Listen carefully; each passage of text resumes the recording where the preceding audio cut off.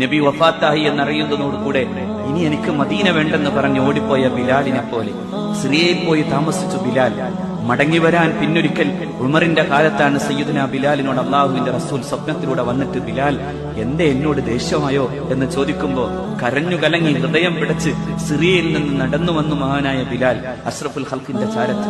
അപ്പോഴാണ് സഹാബാക്കൾ ഒന്ന് ആ ബാങ്കുലി കേൾക്കാൻ ആഗ്രഹമുണ്ടെന്ന് പറയുമ്പോ രണ്ട് കുഞ്ഞുമക്കൾ അഷ്റഫുൽ ഖൽഖിന്റെ പേരക്കിടാങ്ങളായി സയ്യിദുനാ ഹസനും ഹുസൈനും ചോദിക്കുമ്പോ ആ പരിശുദ്ധമായ ബാങ്കലി ഒരിക്കൽ കൂടി മദീനയിൽ മുഴങ്ങി.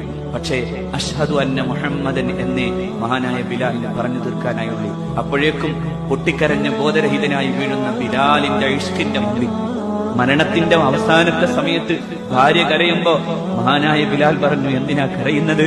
നാളെ ഞാൻ എന്റെ മുഹമ്മദിനെയും അവിടുത്തെ പരിശുദ്ധരായ അനുയായികളെയും കാണാൻ പോകാണ് എന്ന് പറഞ്ഞ സയ്യിദുനാ ബിലാൽ.